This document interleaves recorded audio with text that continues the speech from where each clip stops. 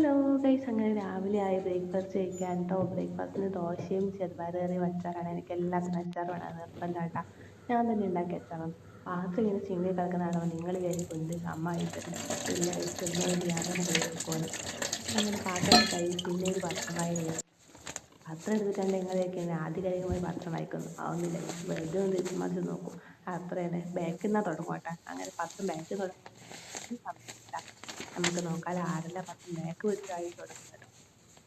അത് കഴിഞ്ഞ് പിന്നെ ഒന്ന് മുറ്റത്തെല്ലാം നമ്മൾ മാവിന് മാങ്ങിയിട്ടുണ്ട്. കണ്ട അങ്ങനെ ചെറിയ ചെറിയ ഉണ്ണി മാങ്ങകൾ പറയാം. ഉണ്ണി മാങ്ങകൾ ഇങ്ങനെ വീണ് തുടങ്ങിയിട്ടുണ്ട്. അത് ഇങ്ങനെ കടിച്ച് പറിച്ച് തിന്നു വെറുതെ.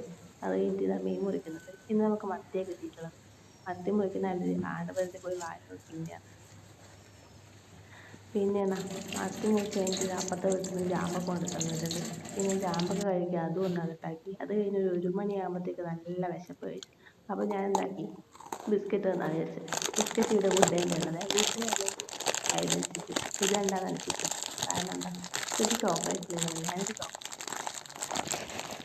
ഞാൻ അത് കഴിച്ചു. നല്ല വിശപ്പായിരുന്നു. അതുകൊണ്ട് രണ്ട് മൂന്നെണ്ണം അത് അകത്താക്കി. ഉച്ചയായി.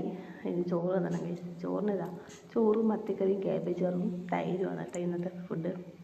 ഉച്ചക്ക് ലഞ്ചിന് അതും അകത്താക്കി. അത് കഴിഞ്ഞിട്ടൊരു വൈറ്റമിൻ ഇ ഡെഫിഷ്യൻസി ഉണ്ട് കഴിച്ചു. അതുകൊണ്ട് ഡോക്ടർ പ്രിസ്ക്രിപ്ഷൻ പ്രകാരമാണ് കഴിക്കുന്നത്.